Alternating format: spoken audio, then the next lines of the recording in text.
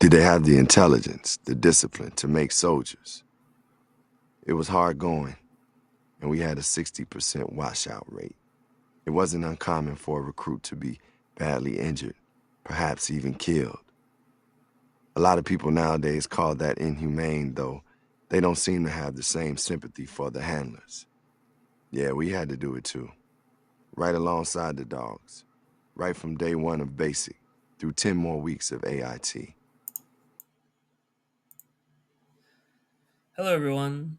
I'm Harley, and that was Common, the voice actor for military dog trainer Darnell Hackworth from the novel World War Z. Now, I want to quickly ask this question. Why do we feel bad when our pets are killed?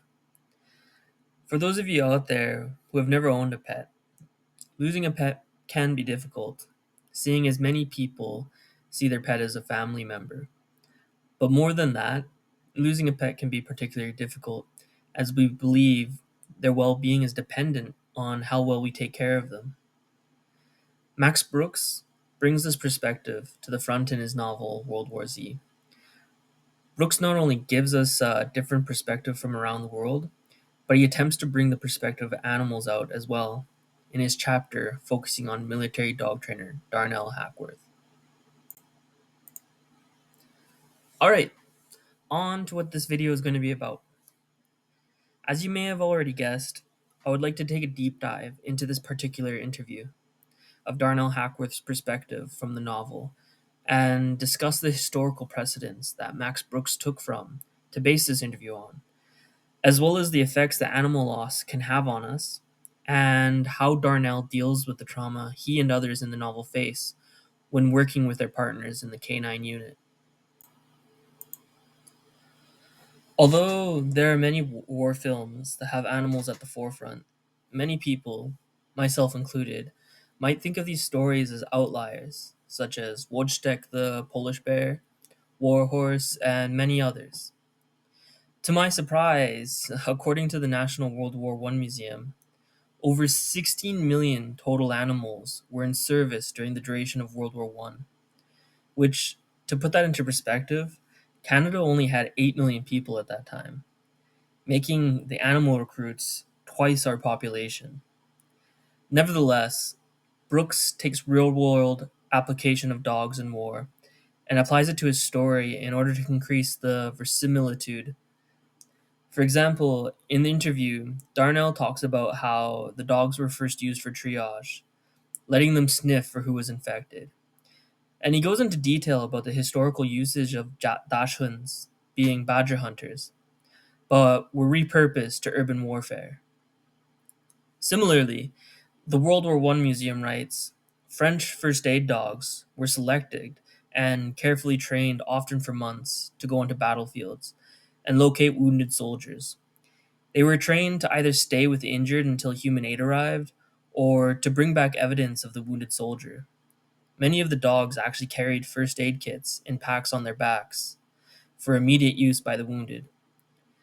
So Brooks keeps the dogs in a fairly realistic representation of their role in warfare, but of course adapts them to his fictional World War Z. The interview's most interesting point is the Eckhart incident that Darnell talks about. In his story, he mentions what happened when a trainer found out her partner needed help. For instance, Right? Sergeant Eckhart, God bless her. She was a senior handler, operated up with AGN. I never met her. Her partner was pulling a lure mission outside Little Rock, fell in a ditch, broke his leg. The swarm was only a few steps away. Eckhart grabbed a rifle, tried to go out after him. Some officer got in her face, started spouting regs and half-assed justifications. She emptied half a clip in his mouth. MPs tackled her ass, held her on the ground. She could hear everything as the dead surrounded her partner. What happened? now, what kind of precedence could there be for such an outburst of emotion over a dog dying? According to Olivia K. Brown and Douglas K. Simmons, it has been suggested that losing a pet may be akin to losing a family member, and grief evoked by pet loss is comparable to the grief after the death of a person. Moreover, they articulate that researchers did not find that adults suffering pet loss experienced significantly less grief than adults suffering human loss. And it has been further suggested that people move through the same stages of grieving for pets as they would people. In other words, what happened with Eckhart is she went from the stage of denying the fact her partner was going to die, surrounded by zombies, which the officer was trying to make her understand, straight to anger, the second stage of grief. And the officer ended up on the wrong end of her rage. I wanted to bring this up first, before getting into the next point about Darnell's character development, just to highlight how seriously people can take their relationship with animals, which definitely becomes the case for Darnell. To preface my final point, in the trauma theory handout, it says trauma theorists have shown a particular interest in acts of testimony in literary and historical texts. Testimony refers to the attempt by a survivor of a traumatic event to attempt to place him or herself on record, to give voice and meaning, and by effect, understanding, to the traumatic event which he or she struggles to reconcile him or herself to. In Darnell's case, his traumatic event started with the pets in the pet store that he used to distract the zombies while he was able to make his escape. While in his interview, he does not explicitly say that he was traumatized by those dogs being eaten, he does tell the narrator how he used to view dogs. You want to know something crazy? I used to hate dogs.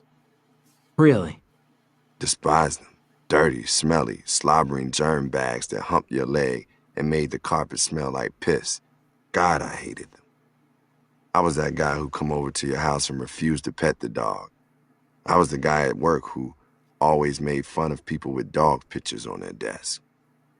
You know that guy who always threatened to call animal control when your pooch barked at night? He motions to himself. I lived a block away from the pet store.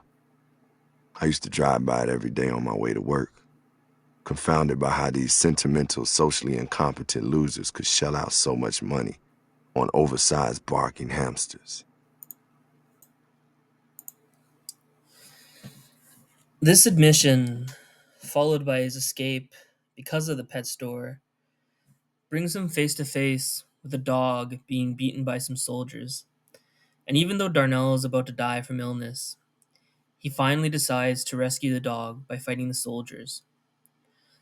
Darnell choosing to fight the soldier is important because it shows how he has not become more jaded and cruel as he journeyed across America, but has learned from his mistake and grown into someone that can empathize with dogs and dog owners alike, other than how he was before. Thus, Darnell shares his truth about his cruelty so that he can reconcile with his past action of ignoring the plight of those dogs stuck in the pet shop, with the person who's become someone who runs a retirement farm for veteran dogs. Thank you all for listening. This has been my video essay on World War Z. I hope you learned something interesting. See ya.